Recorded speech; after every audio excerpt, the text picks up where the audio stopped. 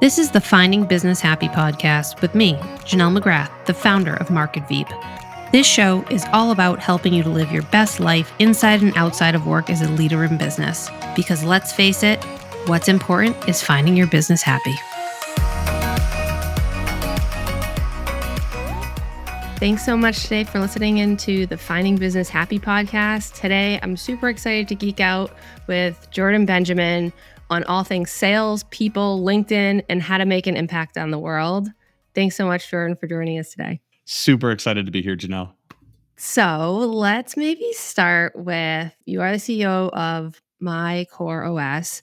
Can you tell us a little bit about, how that came about and, your HubSpot life, a little bit of the backstory, and then we can jump into some questions about kind of how you and I got connected. Totally. So for me, my core OS came up about 5 years ago now while I was still working at HubSpot. I've always been somebody that's on the hunt for new thoughts, ideas, personal development. I relatively quickly after school, when working in a few startups in sales, learned that most everything I learned through high school, college, and my traditional schooling education wasn't going to give me the tools to deal with a terrible breakup, getting cheated on, the tools to deal with failure in sales, the tools to build my best life. And so for me, I've been on this hunt for many years, even since I was really even a freshman in college when somebody introduced me to yoga and then meditation, opened my eyes to see that there's just more out there in the world that helps us understand how do we operate? How do we show up in the world? How have we been conditioned or programmed to run? And then during my HubSpot days, I was coaching and working with business owners, to help them sell more HubSpot so I could make my commission, but more so where a lot of my work and time was spent was helping them build better businesses and become better leaders. And so that led me to start My Core OS, which talks about building your own personal operating system, first by understanding yourself and then being able to decide how do you want to control yourself and move forward so you can go serve and lead others better and more effectively. And really, it started with a bunch of content that I found for myself. I went out and hired coaches, went and took personal training development sessions at places like MIT, courses from Tony Robbins, and hundreds of other thought leaders in the space to think about how do you build and create your own best life and your own best version of yourself. And so I went with My Core OS to think about, well, how are we constantly updating our operating system? And most of us do this unconsciously. The programming that comes around us, the things that we've had really influenced us a lot when we were children that we really had no control or agency over. And so that's what led me to build a lot of content and programming inside of HubSpot that I ran for a lot of our sales teams and organizations in new hire trainings, and then a whole curriculum that I built out. And from there, started to do corporate workshops, started to work one-on-one with folks as well to say, how do we actually take more control and intention behind building our own personal operating system, just as much as you get an app update or your software updates for your phone really frequently to have. Sometimes it's a minor bug fix and sometimes it's a major shift or change to how that software works. Really thinking about how do we do that for ourselves with intention, with agency and direction, opposed to whatever's just been given to us throughout our lives. That's really incredible. I think where you talk about the fitness part and the mental part and then the work part, I think to your point, a lot of times people do the course and it's work related and they treat it as like a silo of this is how I'm going to improve or this is how I'm going to change into the next phase of my life.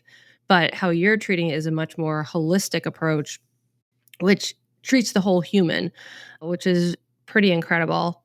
How would it work? Somebody says, this is really intriguing. And, what does it look like to be in that kind of a program? Yeah. So really the two main ways that I work with folks is one, I'll go in and do corporate trainings. So I'll work with teams or leaders to work typically once a week on some different programming with training materials, content, because we don't learn best as humans by just being talked at. Mm-hmm. We learn best by actually doing something or getting experiential and applying what we learn. I really love this philosophy from MIT on a couple courses I took there on neuroscience for leadership and negotiation, that their philosophy on learning is mind and hand. So we work with teams to say, how do we get some new thoughts, new ideas into your mind, understand what does good look like? What is this new possibility? And then we work to apply it for you because every human has our own unique experience, our own unique background, our own unique fears, challenges, desires, goals, scar tissue, trauma Mhm. that we all have to work through. And so, really, what we do is we'll typically do more workshop style where we'll have some training, but then we'll actually put things together and apply them for yourself.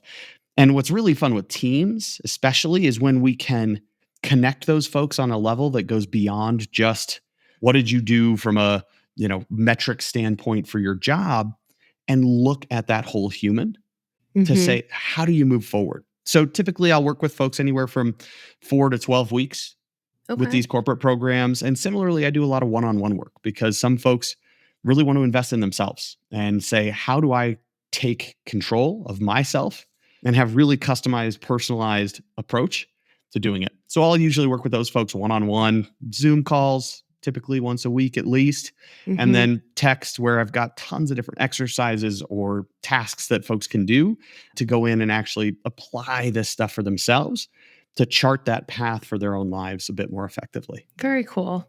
I like where you say it's like it's customized to them because I think when I think a lot of times of programs that I've done in sales and leadership and all these different types of courses, it's this is the system and you follow this exact system. It's not customized based on EQ or your own personal history or experiences that you've had or where you are in your journey. It's just this is where you start and this is where you end and then repeat. It's not it has to evolve as time goes on. And this is why so much sales training fails. This is why so much training fails. Not only do we have this forgetting curve that, 90% of what you hear spoken at you, what you hear on this podcast right now, 90% of it will be gone within 24 hours, Mhm. unless you do something with it. And this whole piece around the system is science is really showing us right now around like emotional regulation and how do we manage our EQ more effectively.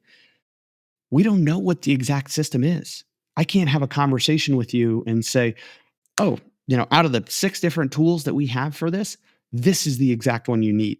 Everyone's got to try this stuff on for themselves Mhm. and see what that unique mix is. And science is really showing that they're like, we can't tell you exactly what this person needs to do. And that's where having that ability to be customized is so much more helpful. Granted, I've seen, what are the 5, 6, 10, 12 key things that almost always blow someone's mind. I just had a call with a client yesterday who didn't really get what he was expecting, but walked out saying, wow, I've never thought about my life like this before. I've never even thought of this concept. And that to me is where you start seeing the wheels turn and the possibility open for people to break through whatever it is that's been holding them back or keeping them stuck or not living life to their fullest potential. I love it. I mean, I think what you're saying too is it sounds like a little bit of like this life coaching component in addition to skill for role. I always feel weird with the life coach term personally. So I never have like embodied it, but I just think about anybody that's a professional at pretty much anything. I think about sports a lot. Mhm. They've got a whole team of coaches around them, helping them see things from a new light, have a different perspective, have accountability. And yet it's weird for a lot of people to think about doing that for their own lives and treating their life like a professional would. Yeah. And so to me, maybe I'm okay with the life coaching term a little bit in that lens, but to me that was one of the things that really opened me up to hiring my first coach was I had one heard somebody that I was working with hired a coach and had great results. Social proof, great thing in sales. But the second piece was I had come off like my worst performing year at HubSpot, which was 105%, which sounds really great to everyone else, but like my standard was usually 125, 150%. Yeah. So 105 was well below my standard. And I was pretty frustrated. And I hired a coach and he had nothing to do with sales. And Joe didn't even have a sales background at all, but helped me start seeing the power of investing in myself and having an outside perspective, just like I did when I was playing baseball or when I was an athlete growing up, to have someone else say, have you thought about doing it this way? Yeah.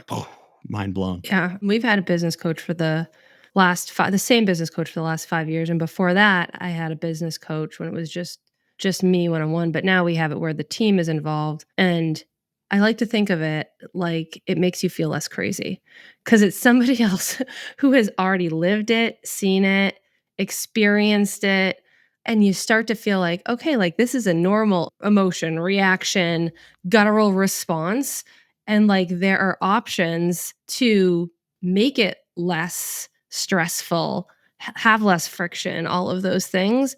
It's just all about perspective, and somebody else, can really help with that. Big time. What are, like, the job titles that you would generally, like, work with? Are they all sales?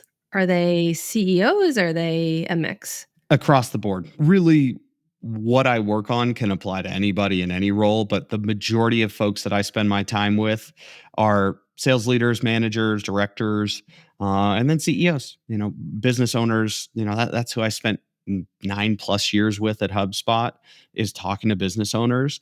And so I've got a pretty good understanding of where these folks struggle, where do they limit themselves, and where can they grow to really Mhm. be the best leaders for themselves and therefore also the team that they support. That's awesome. What do you think are some of the most common obstacles from those groups? Let's start with CEOs. I will pass no judgment, so you can be really honest here. The general one that goes across the board for everybody is nobody wants to do hard work. Nobody wants to look at themselves in the mirror and do the hard work to acknowledge whatever faults, whatever failures, whatever struggles, whatever limitations they have. We are all trained, especially today, especially in Western society, for comfort, for ease. Everyone wants the easy button. That's why everyone loves to sign up for those programs that say, here's exactly what you have to do to get guaranteed success In 30 days. in 30 days. It's that's the easy button. And as an example, I just had a client that I started working with recently who was like, well, you know, somebody in my life, like my family really wants me to go work with, somebody to work on my life stuff a little bit more. Mhm. I just want to find the next career move that I want to make. The job is Interesting. where I'm missing it. And I was like, well, luckily we're going to work I've on some got of some that cheap questions stuff about this too. story. But it's like people don't want to examine their own warts. People Yeah. don't want to have, again, I love this word agency over how they show up in the world. Mhm. And they think it's always something outside of themselves that's holding them back. When almost in every single case, you are the one getting in your own way. You are the reason why you are in the position that you're in. A lot of people take on this victim mentality. This, oh yeah, it's all out there. And in reality, the only thing that you really have control over is yourself. And so taking ownership of that control is what starts to enable you to actually look at yourself in the mirror with honesty, without judgment, too, because where you are is where you are. Yeah. And from there is where you can start to say, now, here's what I want to do to change, to move forward tomorrow. But a lot of people get stuck on sunk costs, thinking that, Mm. well, because I chose this path, this is how I always have to show up. Yeah. Like, they're landlocked in there. They can't see the bigger picture. But it's all right here mentally. I also got certified as a yoga instructor a bunch of years ago. And for anybody that's done yoga, or if you haven't, you do this shavasana pose at the end. It's my It, favorite. I and feel so like the whole session should be shavasana, but it, they don't agree. So we have to do it's some work true. in the beginning. I think I was taught like you have to give them at least 1 to 2 minutes in shavasana, but shavasana translates to corpse pose. And the thought behind it, or the story that I love to share with folks at least, is this corpse pose gives you an opportunity to die on your mat, to leave whoever you just were behind, to decide when you wake up. And they talk you through this whole like, oh, lay on your side in this like quasi fetal position. As you rebirth yourself back into the world, you have the choice to decide how you show up moving forward.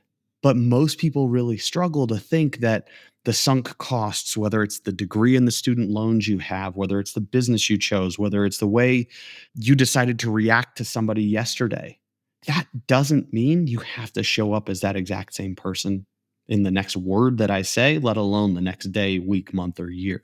But so many people are stuck between their ears because that's the way the brain works. That's the way neuroscience works. The more that we do something, the easier that neural pathway is for us to keep running. So it's hard. It's Yeah. hard to break free from that. I think it's hard work too, right? That component of self-reflection, like most of the time it's looking at something that's probably not pleasant. It's not usually a happy moment that you're trying to overcome, but like sitting in that uncomfortableness to try to figure out how to move forward. I know for us, we go through a scorecard for all of our prospects. And one of the things that we have found with all of our successful clients is the ability to have open mindedness and be able to self reflect. Because if you do not have that, it is nearly impossible to have any change of anything, more leads, better transparency with your team, all of it. So you have to have that self reflection and that openness. Totally. Now, 100% agree. one of the exercises we did at an MIT course was helping folks go back through and understand the peaks and valleys that have happened in their life and how that impacts how you show up today as a leader.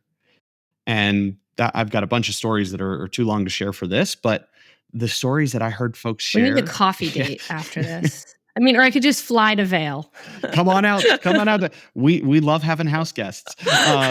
We heard this story, about how a guy he'd moved to be the CTO of a brand name that I can easily tell you, and every single person would know it. And hearing how he grew up in India, how his life really impacted how he showed up as a leader within his team, but without ever taking any time to understand that, Hmm. you're not going to know that, oh, here's this thing from my past that really shows how I'm programmed to operate and show up today. Whether right or wrong doesn't matter.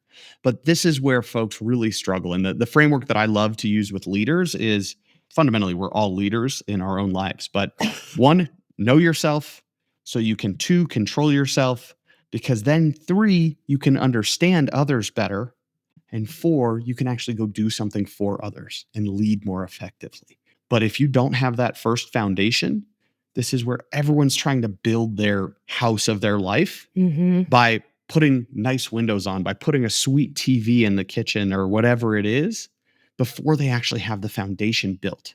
And that's why so many people run on this hamster wheel of life, feeling like there's no end in sight, feeling like they're just waiting for retirement 40 years from now, assuming that they'll have perfect health, that cancer's not going to come in and take your own life or some one of your loved ones. Yeah.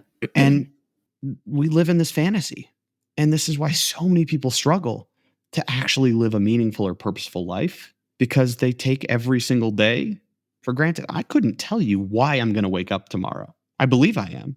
I act like I'm going to, but I couldn't explain why my heart continues to beat or how I breathe through the middle of the night without ever having to tell myself to do it. It's one of the reasons why we created this podcast of like finding happiness. Cause I think like there's this intersection of work and then I think about like people think of it as like a divide of like, okay, there's work and then there's personal life. And like, especially now we all are remote, that doesn't exist anymore. I mean, and I work with my spouse.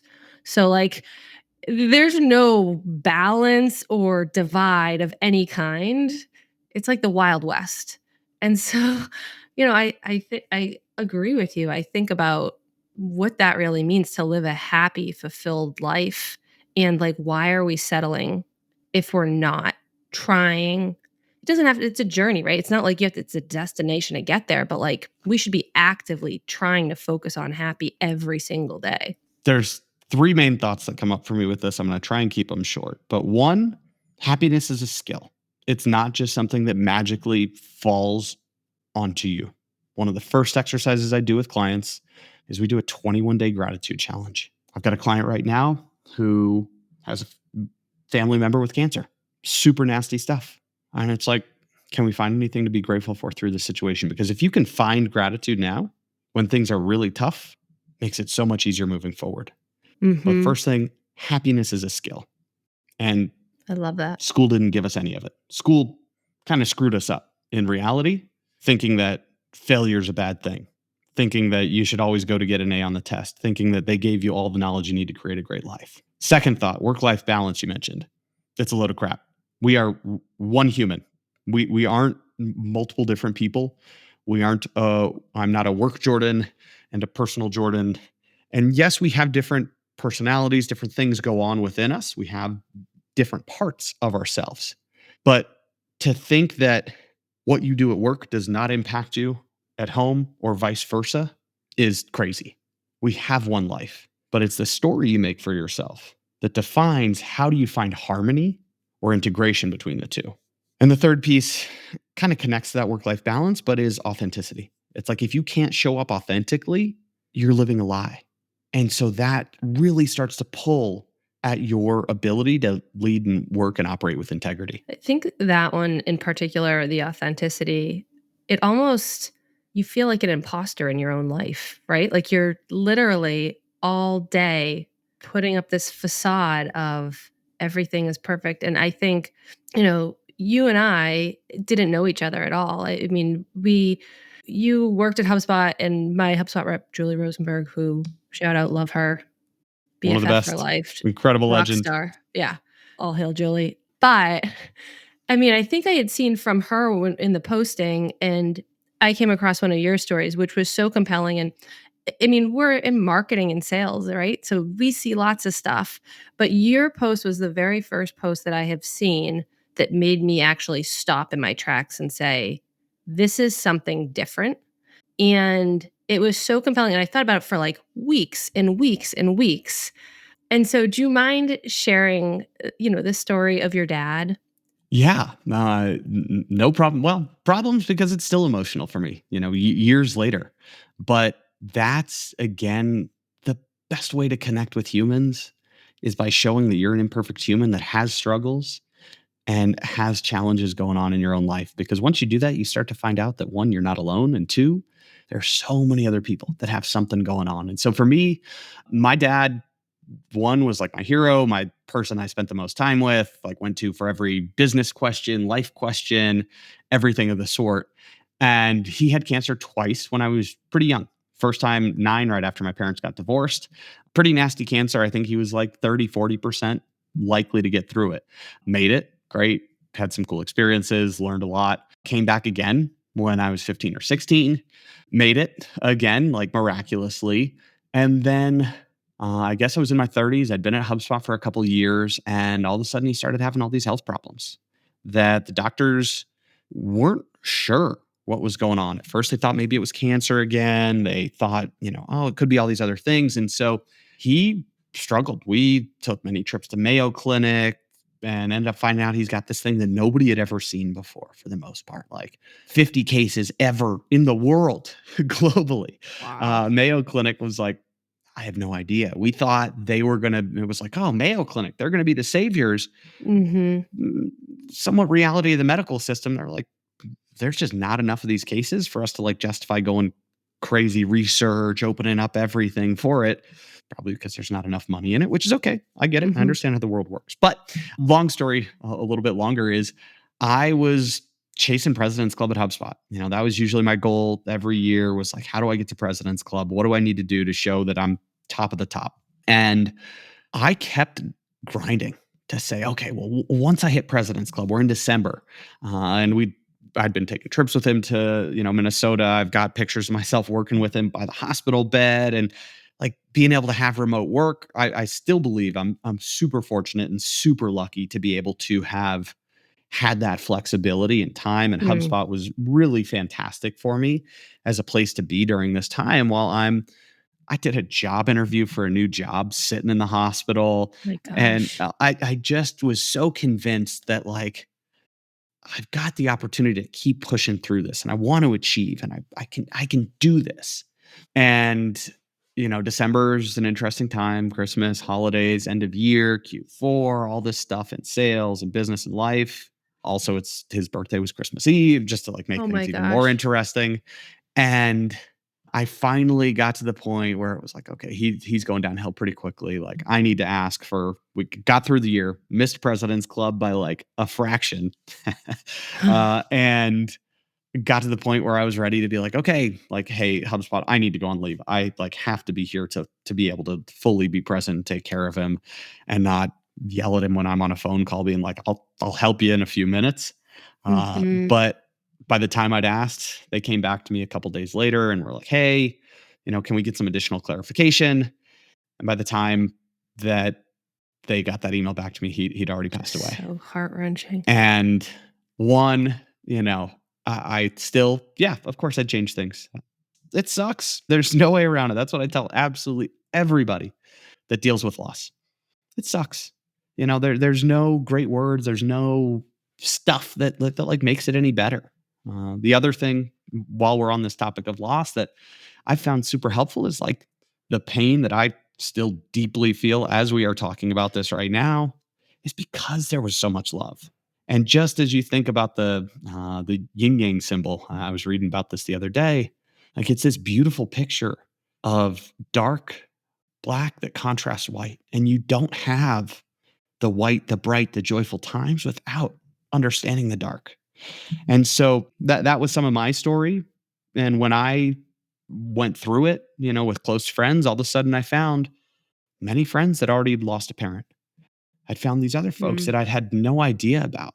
And them reaching out and connecting with me opened the door to one, realize I'm not alone, and to two, realize there's a community here to support me, to be there for me. And so that's for me why I felt compelled to share my story.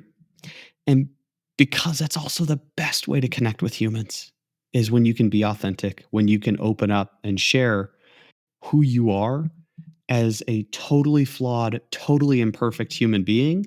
Because, especially in today's day and age with social media, we're all built to believe that it's all a highlight reel through life. Yeah. And that's not true. I think in your stories, in your what I find most compelling, I think you have some of the best content on LinkedIn, in all honesty. I truly do, and because I think it's so raw and real and honest, and it's unfiltered in a way of things that people don't normally talk about, and I really appreciate that, and I know others do too, and, it's just very inspiring. So thank you for sharing. I know it's such a hard topic. Well, you just shared that super powerful story. I think it was yesterday, even on Oh, LinkedIn, thank you. and we could talk about this offline if you want. But that connects with me in many different ways that you don't even know. And to me, Really? that's part of the experience in life that we just don't realize. I told you before, one of my favorite words is agency. Another one is sonder. It's this concept that everyone else is living their own crazy life and they've got challenges that may seem small to you, but are massive to them. Mhm. And you probably know nothing about it. And so, if we can live with a little bit more sonder, a little bit more person that cuts you off driving down the road, who knows? Maybe they're on their way to the hospital. Maybe not. Maybe Yeah. they've got something else going on that A little bit of grace. even if you, oh, my dad loved that word. Love the Even if word you too. live with a little bit more grace, a little bit more sonder, you have this opportunity to, again, direct the story that you're all creating because we're all the movie stars in our own movies in our heads. Mhm. But most of the time, that story that's running is this ancient brain that's programmed to make sure we don't die Mhm. because our brain is scanning the world around you about 5 times a second, saying, is this going to kill me? For the most part, that's totally unnecessary, and why so many folks are stressed and burnt out, anxious, depressed, because this ancient brain is driving us because we haven't had time to evolve. Evolution takes a long time. And yet, the way technology has changed our world like this, our brain hasn't had time to evolve this new way where 90 plus percent of the time we're safe. We're Yeah. okay. And so, this is again one of those things that comes up for folks that we just don't realize. We haven't been exposed to. I didn't get that in school. Yeah. They don't teach EQ, I think. I wish it was more immersive, if you will. I mean, it's been a long time since I've been in college, but maybe things have changed. And I haven't looked at a course catalog in a long time. So, maybe, but my gut is probably not as deep as, real world from what I've seen. Another one of your stories that I love is your road trip. Hmm. you know, traveling in a camper with your significant other, like, like I said, I work with my spouse. I love the idea. He has other questions about how that would actually work as well with a 6-year-old. So, but I'd Totally. wanna hear how it came about and, like, what happened. Yeah. So what happened is a bunch of years ago, my wife was in Bolivia doing medical rotations as a physician assistant. And she was working in rural Bolivia. She was there for a handful of months and it was kind of over spring break. So she was like, cool, I'm going to take these, 2.5 weeks off. And so I went down to visit her from Boston and flew down, met her in Lima, Peru, did this whole Bolivian salt flats tour where we took a Land Cruiser, got up at like 4 or 5 in the morning, drove up to this like high alpine lagoon where there's flamingos at like 15,000 foot elevation, these crazy mountains.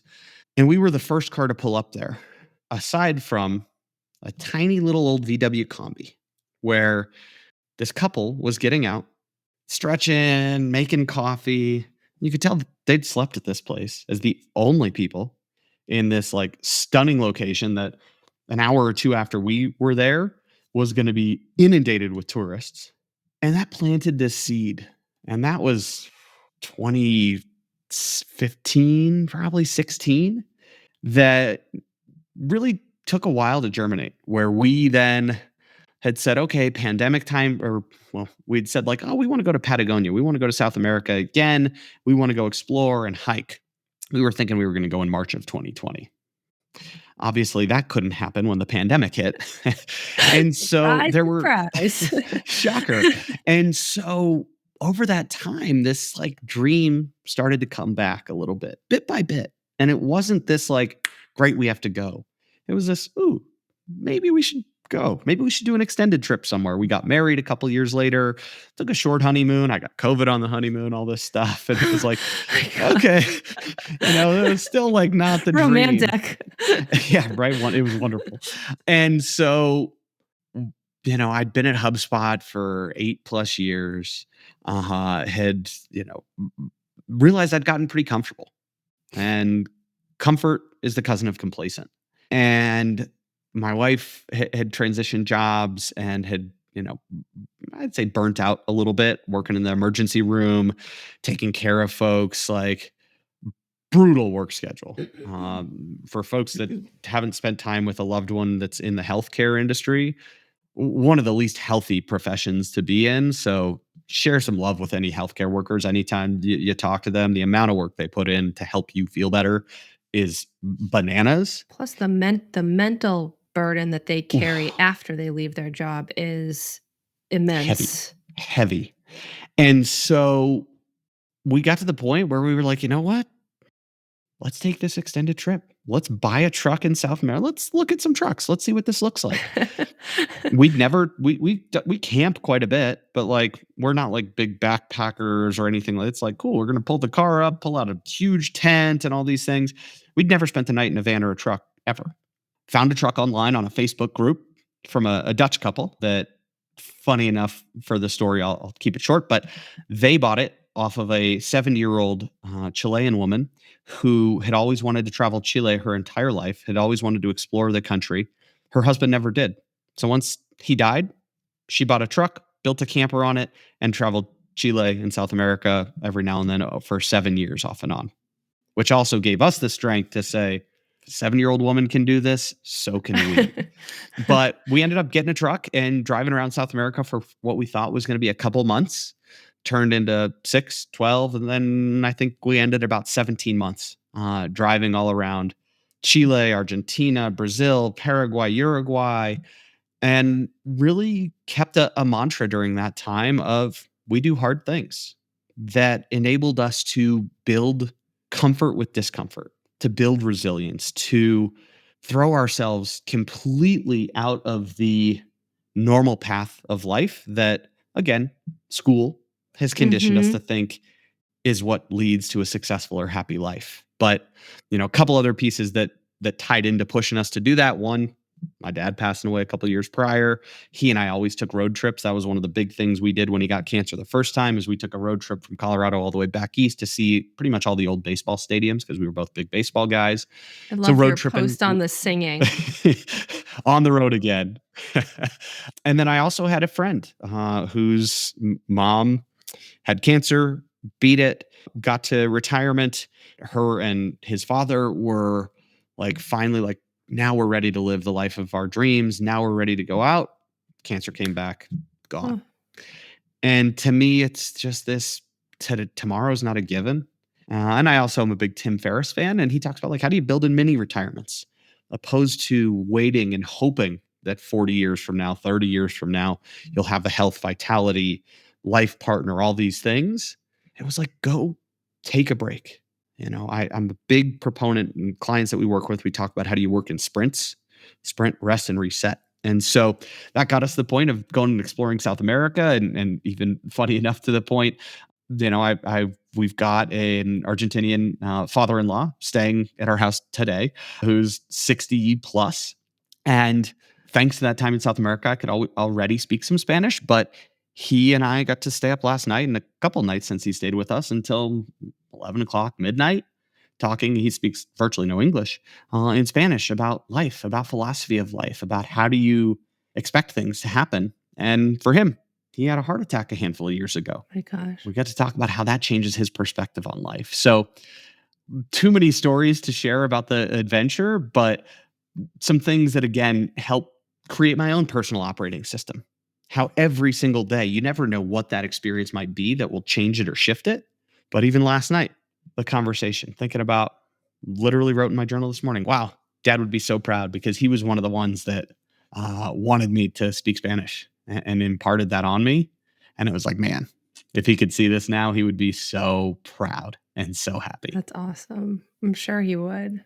What I mean you said something really powerful of, waiting and hoping 40 years from now that you will be healthy and ready for retirement. I think it's another one of the things that society is flawed in of like you can't live until you have put in 60 years of ridiculous work and you can't have joy in life in those 60 years. But at the end, you get to earn the ability to do whatever you want as often as you want. And so how do you kind of merge, you still have to work, but have fun in your job and in your life? So this brings up for me the Eisenhower matrix, if you're familiar with it. No, It's a I'm two not. by two that talks about urgent, not urgent, important, Mm, not important. And I use this with clients all the time to think about how do we prioritize tasks? What do we delegate? What do we tackle on our own? What do we do now? What do we do later? And as humans, again, we're really wired for short term thinking, short term rewards. And this is where so many of us struggle to think long term, prioritize long term, but also act short term. And so a lot of folks put off things that we know will be good for us, but don't feel urgent. This is where, for my marketing agency owners, especially, not saying anything towards you, a lot of Asking them for a struggle. friend. For somebody else here, a lot of them struggle with new client acquisition because they know it's really important. Mhm. But the second that client request for, hey, what about this update to this thing? What about this, fire that's come up? It's full-time firefighter mode, fighting what is urgent and also important. Mhm. But where humans struggle is to say, well, how do I do these things that are not urgent but important, like working out and exercising? That's why one of the key skills you see across folks that perform really well is they take care of their health Mhm. because they can condition themselves to focus on those things that it's not urgent today. We can get up, stand up, walk around. You can probably go lift your 6-year-old up if you want. Maybe they're getting bigger. It's a little bit harder now. Reasonable. you know, but this You is keep saying we're where the same size. I said, "Pretty much." and so this is where it doesn't necessarily feel urgent to go do a yoga class, but it's important and we know it is. This is why so many companies, so many individuals struggle to do strategic planning, to spend time on their vision for where they want to get to, because we operate in the short term. We know that's important, but it's not urgent. It doesn't have to happen today because there's so many other fires that we have to put out. And so for me, this is where, one, we've got to fight against tens of thousands of years of programming to operate more effectively. And two, we've got to think about how do we create the story in our own heads that makes this beautiful movie, because we're all writing the chapters of our own life every single day, Mhm. but we're really easily adaptable as humans to lower our standard for ourselves. And that's one of the things I found out in the truck too. Not necessarily lowering the standard, but after about 2 to 3 weeks of being in the truck, life was normal. After about 2 to 3 weeks of being back home in our house, life was normal.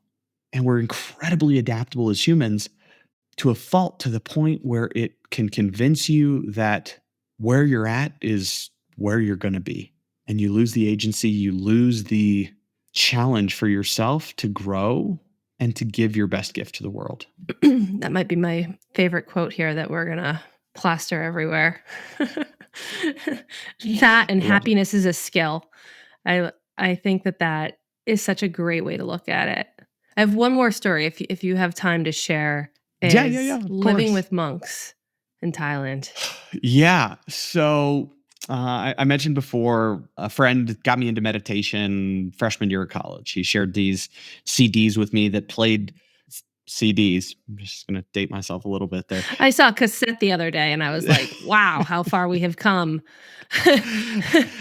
And they play different beats or different tones in each ear that your brain synthesizes from a place called the Monroe Institute.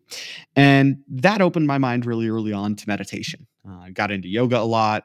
Definitely helped that my first job out of college, after getting rejected from trying to get into sales and be a BDR at a startup, was working at Lululemon, selling yoga clothes as an educator. And I'd been into meditation for a long time. I got into retreats. Again, I find mindfulness as this fascinating tool for your brain just as much as going to the gym. The Mhm. studies now, the stuff that's coming out around functional MRI, fMRI studies showing how the brains of longtime meditators operate are just so much better at handling stress, so much better at handling uncertainty and anxiety and all these other things. And so I had my 5 year sabbatical at HubSpot. They give you a month off after 5 years and they pay you. Which I think is one of the best perks Is amazing. of Is uh, amazing. incredible, right? I mean, It sets the tone for that mini retirement. It gives mhm. you and almost forces you to say, "Oh, I've got to take a little bit of time for me." Because I put in 5 years, not 30, not 40, but now I get some time for me. So my wife and I went to Thailand for a while, did a whole bunch of stuff, but of course, her job, she was unable to take a full 4 weeks off out of nowhere. And so I had Patients some, couldn't come to her. yeah, and especially not in Thailand, No. and especially not pre-pandemic, when No. telemedicine was much less acceptable. But as I knew part of that time I wanted to go on an extended yoga retreat or meditation retreat, and Thailand had always been fascinating to me. So I found one of these temples that they offer retreats for foreigners, but they weren't actually offering one for the time that I was going. And so I talked to the one woman of this temple, of this center, that spoke some English, and she was like, "Yeah, you're more than welcome to come. We'll allow you." I talked to the head of the temple here, the Wat, and he said, "Yeah, we're happy to welcome you." Based upon the email interaction we had, the conversations we had, she was like, "Yeah, I think you'll be a good fit. We can do this. You're going to be on your own though." And so I had to get by with hanging with these Thai monks and other Thai people that come sometimes every year, sometimes every other year to do What some do you work. mean on your own? What would it have been like if you weren't on your own and you were part of this other program? So if I was part of the program, there would be a bunch of other English speakers there that would have like a set schedule that's tailored towards foreigners. Comfort. More comfortable for sure. And she was like, "Yeah, you just follow the schedule, the normal schedule. Wake up at 4 a.m., go meditate for an hour and chant, go do like sweeping or some form of Uh-huh. meditative practice," which I now use when I shovel the snow here in the mountains, as a Ah. way to, again, find this strength in uncomfortable things, doing the things you don't want to do, and yet find peace through it. So the schedule is incredibly rigorous, multiple hours of meditation every day, multiple hours of silent meditation, multiple hours of chanting. We only ate twice a day in like a 4-hour window. And the food that we got, one of the jobs that they were like, "Oh, do you want to come help us push the cart while the monks go collect food in town every day?" And so I've shared some pictures of me like sitting in the back of the truck with these monks as we'd go into town because the only food that they would eat is what the local villagers would donate. They didn't go to the grocery store and buy food or anything of the sort. And so I got to see this totally wild experience of not only having no idea what most of the food was, aside from rice, which was a big component of it, but going in and seeing how do you live off of the kindness and generosity of others? Seeing these families that would have what seemed to be very little that would give and support these monks. They'd get a blessing for the day and they'd stand and wait for the monks to come through with something prepared, maybe a small offering of money. And then, and I just posted about this actually the other day, is like the bed that I slept on was the thinnest piece of mattress you could ever imagine. It And looked like a sheet when I saw it. I was like, "This is," I think about all the luxuries of comfort of sleep, fluffiest pillows, the softest blankets, all those things, and for me, when I saw it, I said it was just simple, right? Like the simplicity of what is at the core, what do you need? Whether that's for sleep, for life, for your day, for your this moment that you're in, what is the absolute basics to be happy? it's not that hard and it's not that far away is what it helped you realize. And what's Mhm. really cool is after about 2, usually 3 days of doing anything different, again, we talked about adaptability before, your brain starts to shift. It starts to normalize. And I was really only there for 4 nights, but over that time, it all of a sudden became normal. It became okay to be like, yeah, I'm going to sleep on pretty much a hardwood floor with a tiny pillow and a tiny blanket. I will say they gave me a little bit of comfort. They put me in a room where they turned the air conditioning on because it Oh. was Thailand. It was brutally hot and humid. And I could have gotten used to it. And I part of me wishes I wouldn't have taken the comfort route with the air conditioning. But again, that's an opportunity to say, well, maybe next time I'll try something different. Yeah. I'll learn differently. But went and stayed with these monks, had these incredible conversations again that opened up. I did use my cell phone some to do Google Translate because there was no English there at all. And Incredible. I spoke no Thai. Good Spanish, for cool. you. A little bit of Portuguese, maybe, but like Thai, totally different ball game. And so I got to sit and understand what people's lives were like. What drove them to go become a monk? How did they choose this hard life? To me, that seems very hard. But to your point, simplicity is peaceful, simplicity is comfortable. They gave Mhm. up sex, they gave up drugs and booze and all these fancy things in life. Granted, one or two of them had cell phones, which I thought was funny. Uh, they gave it all up. Maybe it was to translate the other way. Ex- Maybe, uh, right? A little bit of grace. totally. Maybe. And so for But me, I like to think of that it is not that. It's no, funnier to think, right? Like, what would they Google? What are they yep. Googling? Exactly. And so for me, that was one of the big lessons that came from it is this opportunity to choose hard things. I also I love philosophy. I think everybody should take some form of philosophy course in their life to think about how do you think, start to understand this concept of metacognition. How do you think about how you think? But fundamentally, I love Stoic philosophy as well. And the Stoics, Marcus Aurelius, 2000 plus year old stuff that so many leaders are finding today to help them live a great life, talks about every now and then you should put yourself in the situation that you fear the most. You should go eat I think he says the scantest of fare in the translation that we have. You know, eat rice and beans for a handful of days as your only meals. Wear the rattiest clothes or wear the same clothes over and over again. We learned that one in the truck a lot in South America.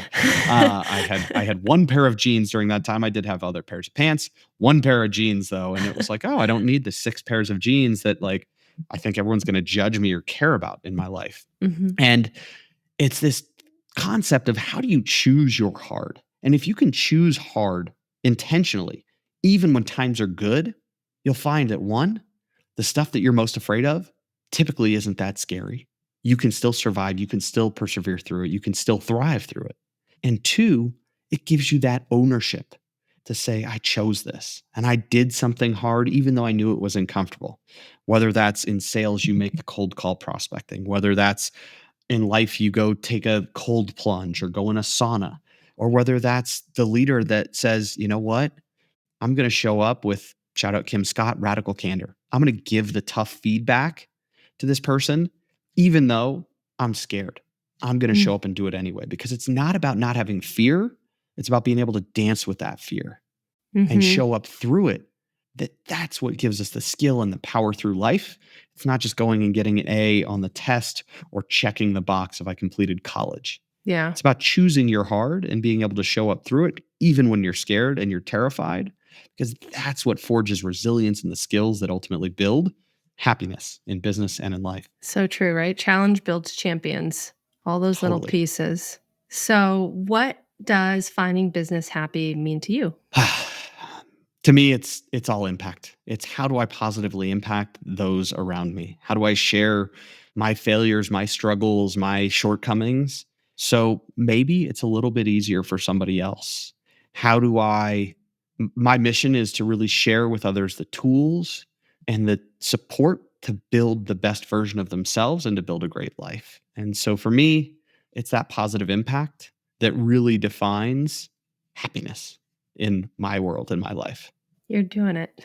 You're doing it. I see it every day. It's so incredible and so inspiring. Thank you so much for sharing today and so much of yourself online. And then, how can people find you, connect with you, get involved in your programs, read Totally. all your awesome content? All my stuff is on LinkedIn. I'm every day. My goal this year is 99% of the days I plan to show up. Again, a little bit of grace to know that, yeah, I might not post something a couple days, or in this case, maybe 3 or 4 days in a year. I'm okay with that. But I'm on LinkedIn, Jordan Benjamin. Confusing two first and last names. I'm sorry. But you can find me there. MyCoreOS, MyCoreOS.com is my website. You can find me there as well. And you can email me, Jordan at mycoreos.com as well. If you want to reach out, have questions, want to connect. I love connecting with folks because you never know how one connection can open a lifetime of incredible opportunities. Thank you so much. Make sure you follow all of those. Your life will never be the same. Thank I you, love it. everyone, so much. Thank you, Jordan, for coming.